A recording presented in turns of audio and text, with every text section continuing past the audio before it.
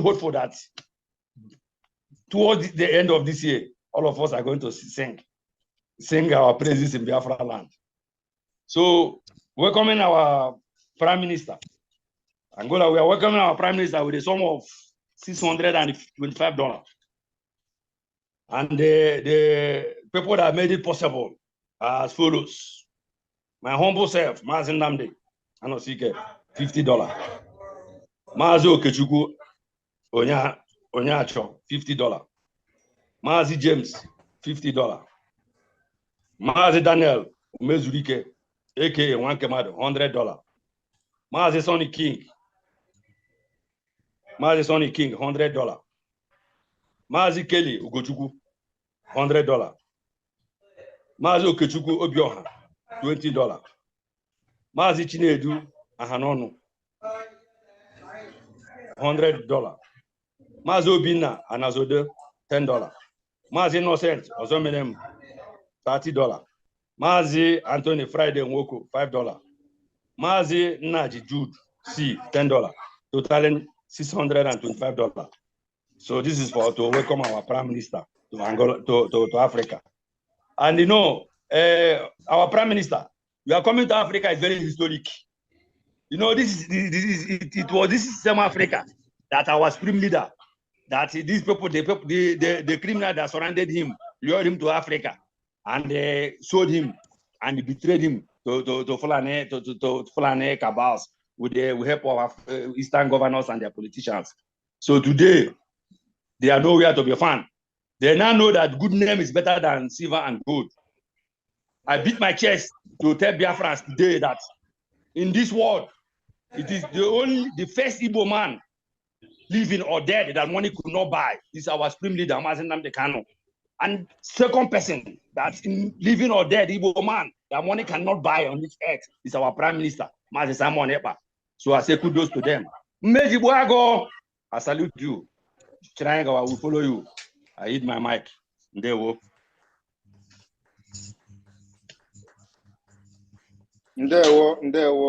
Angola and Nanosike, thank you very much. Ununanya Ajaro from the beginning. And you have proven that again and again and again. Angola, I get very soon. Ndewo. Thank you very much.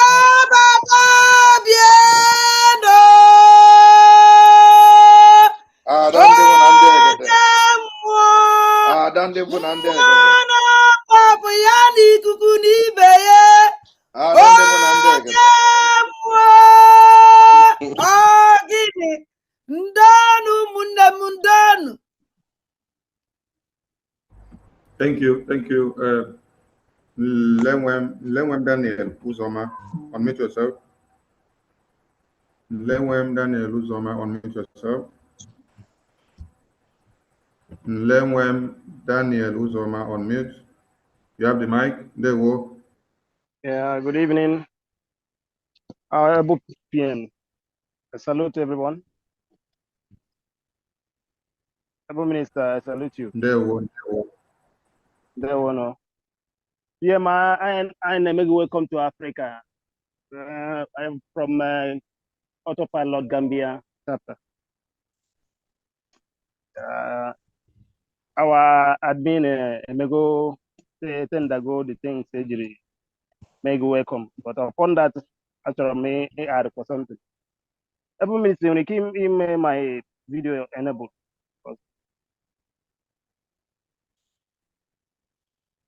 Okay, open your video. Open your video, please. Open your video. Open. Okay. All right. Okay. Yeah. Please, anyone speaking, when you want your camera to be enabled, let us know, please. And make welcome from Gambia. So here in Gambia, there's a way the people do it. I want to bread and butter palapa with the pumpiter and chocolate. I need $500 na a dozier. So I add a plate of fufu with 500. So with Unquelu, I add a with 500. So you have 1,500. So okay, you guys through the admin. Thank you very You're much. welcome, Thank you very much, Udo. I appreciate you. Thank you, Daniel. You are on day one. Mazi Daniel, what countries From Mazi Gambia. Daniel? Oh, the Gambia. Okay, thank you very much. Gambia. All right. We go to the next person. Okabiafra. Okabiafra, unmute yourself. Okabiafra, grab the mic, unmute yourself.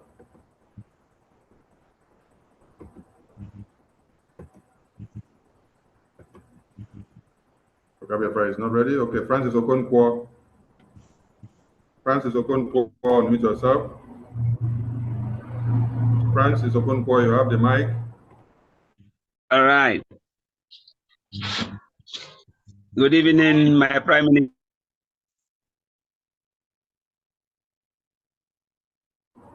Don't mute yourself. Don't mute yourself. After you unmute, just continue speaking. Don't touch the phone again. Continue speaking, please. You will meet me from there. You're back now. You're back now. I can hear you right on. All right. Good evening, sir, my Prime Minister. Evo Minister of Information, good evening. Can I go live? Yeah. Go on. You need your camera on. Enable it. All right. All right. Good evening, my PM. Calling from the homeland here in Nigeria, in the zoo. There, what? Thank you.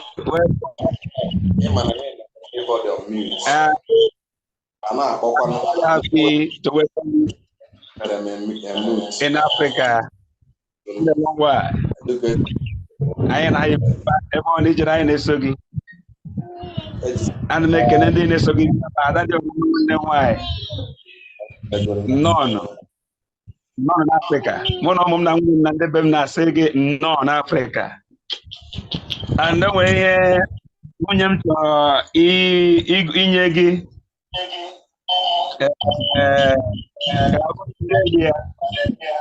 Oh my God!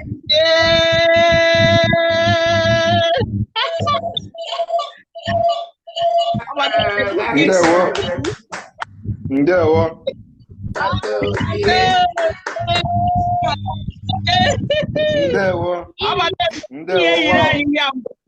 Declaration. Now the news have been designed. So now all a complete set. So this wow. How you look at the yes. Thank you very much. Thank you very much. Thank you very much. Oh no, yes. Yes. When I still money from 10,000 and you go in Africa. No. From me water, almost that day. More from me water that day. When I say no, I need to have to be man. I'm was an I tip we are for so tip we watching a corner. Watching a car on our one. I feel we not tumba. I am with them. I ain't it. How to come out of the I ain't make them Maria. No, Manu no came on. I ain't they make sure if I can. I put up by force. Life. When you find him, I can tease you. No one name. God bless you, sir. Like my wife said, yeah, Auroria, Isiago Bosia, EMA declaration. Equal said in Tiago, we Parambanakea. Na anyị wu ndị Igbo anyị nwere culture. Yes. Ana achọ ka awụpụ isi ya ga na eze white were eme mmemme n'ala Igbo. Ndị ohi achọzi ịpụta iri ha white ha aze isi agụ. Among me, battery, my battery, make I. Ede in afia ọba bie ka anyị rie eke ka ọ dị because that day yiri ere n'isi agụ uru okpu ihe gwara mgbanaka onye mere anyị announcement anyị ewetiwezi ekpo nwa ọnwụ nne ya gazie ya gazie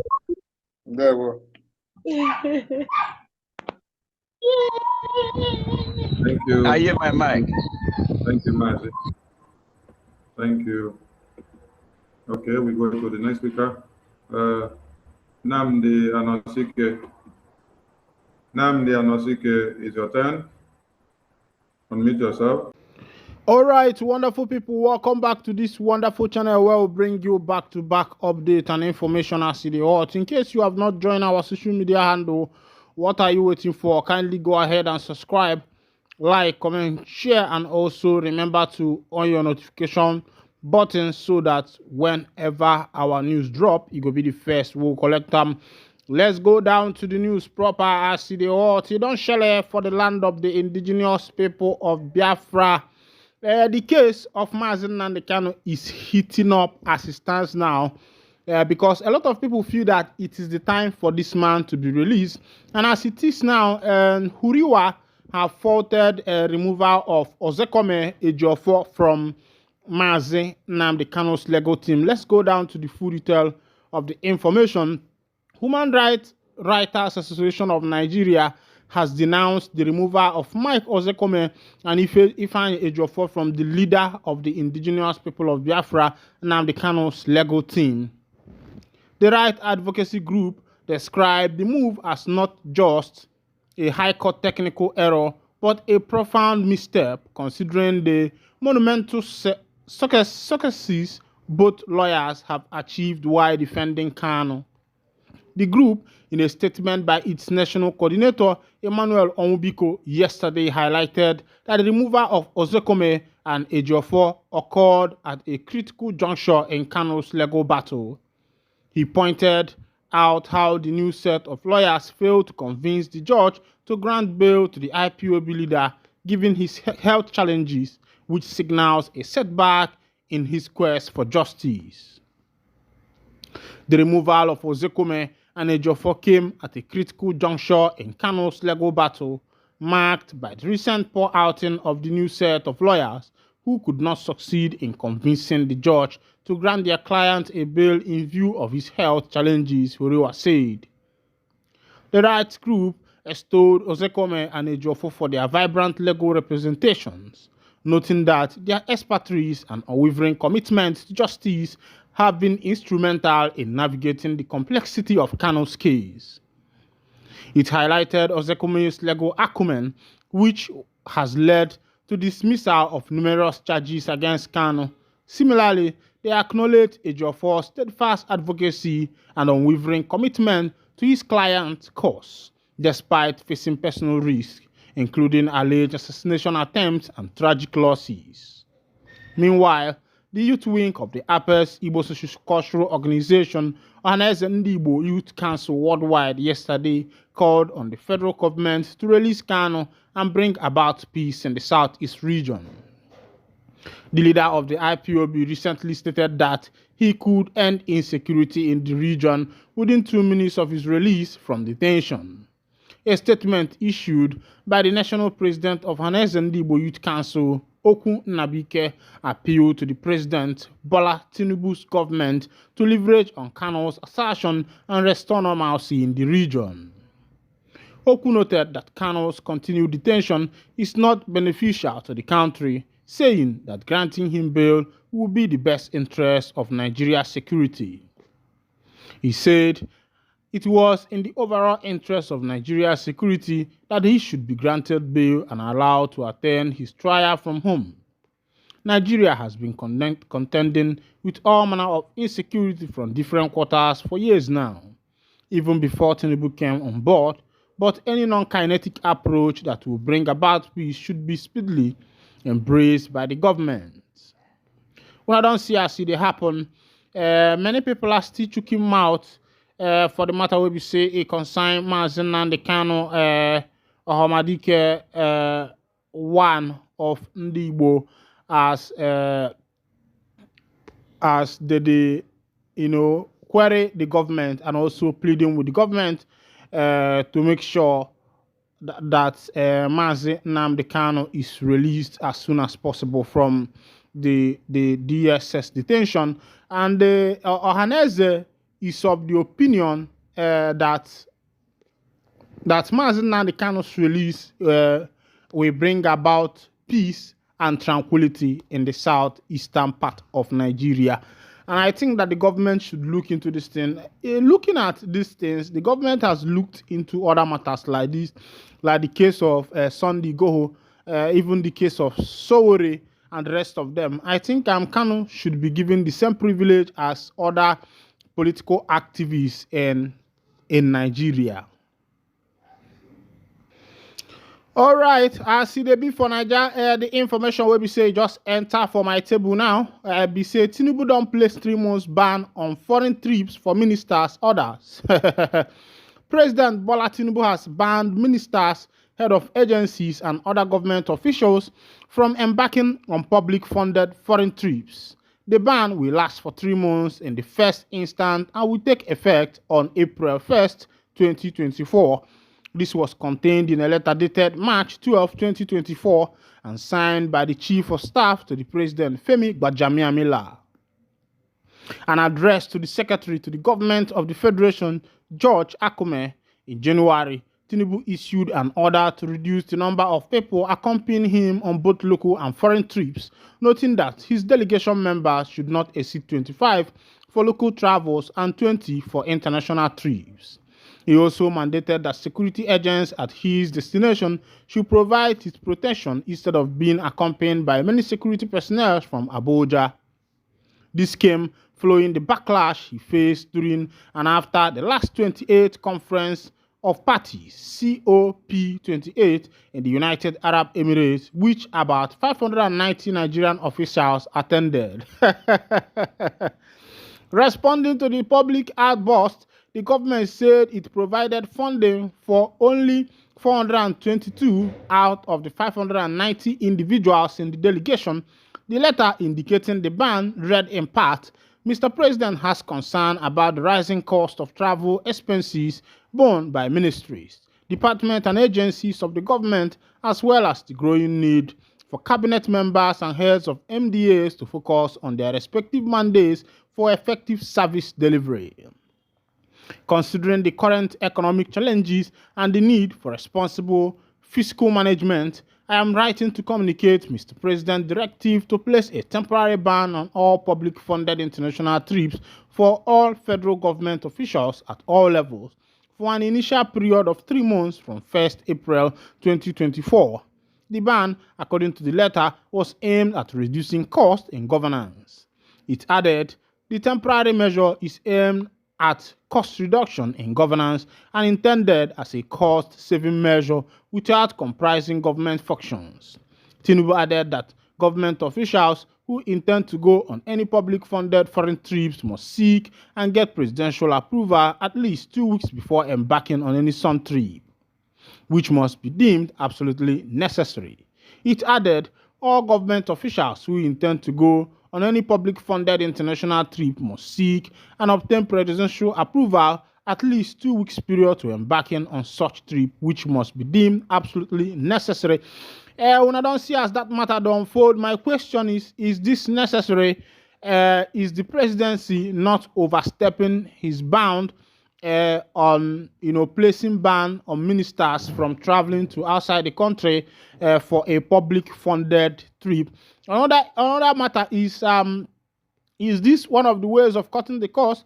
I think cutting the cost is quite allowing because taking 422 delegates to United Arab Emirates, of course, the government sponsored this trip. I don't know how much the government has spent in sponsoring this number of people for this trip to United Arab Emirates, but I think that must have cost the government a lot. And I think if that's the best way the government will be able to cut costs, I think and the bias one name so let it not be only on the ministers, let it affect each and every office and parastatal in government so that they will be able to know what they are doing with the money and also be able to give a proper account of the expenditure. I think it's high time Nigeria will adopt an open government where the government will be able to tell the people what they are doing with their money and if there is any infrastructural development, the location and the cost of that particular development. Meanwhile, as it be, Niger Delta militants aren't kidnapping their families like bandits because they are all armed in creeks. Gumi, Gumi na they talk this one. Say Niger Delta people know they kidnap their families because all of them are armed. In the compare with waiting they happen for the northern part of Nigeria, as if the issue of terrorism have become the order of the day. Ahmed Gumi, Kaduna-based Islamic cleric, said militants in Niger Delta region aren't kidnapping their family members of their communities like bandits in the north because they are all armed in their creek. Gumi said this during an interview on Nigeria Info FM on Monday evening, reviewing his call for amnesty for the bandits terrorizing the northern part of the country. The controversial critic said the federal government must grant bandits amnesty just like the Yaradua administration did for the militants in Niger Delta region for peace to return to the north. Countered with the argument that bandits aren't fighting for a cause, unlike militants who were angry because the government neglected their oil-rich region, where the country generates the bulk of its revenue. Gumi said bandits are also marginalized Nigerians who have no access to education, health, good water, or other social amenities. When asked the reason why bandits are kidnapping their family and members of their community, unlike militants who targeted mostly expatriate workers for oil companies and government officials, the cleric said it is because everyone in the creek is armed. The reason is because they are all armed. They are all armed in the creek, he said. He added that bandits, who are most herdsmen, according to him, are terrorizing other northerners because they believe that they are conniving with security agents to fight them. Gumi said the federal government should negotiate with the kidnappers who abducted about 287 school children from Kuriga Government Secondary School, LEA Primary School in the Chikun local government area of Kaduna State because it is the only reasonable way to ensure the safe return of the peoples. He argued that the negotiation does not necessarily mean money will be paid to the kidnappers. It might be releasing prisoners for captives. Onye mere unu make I wind down the curtain here.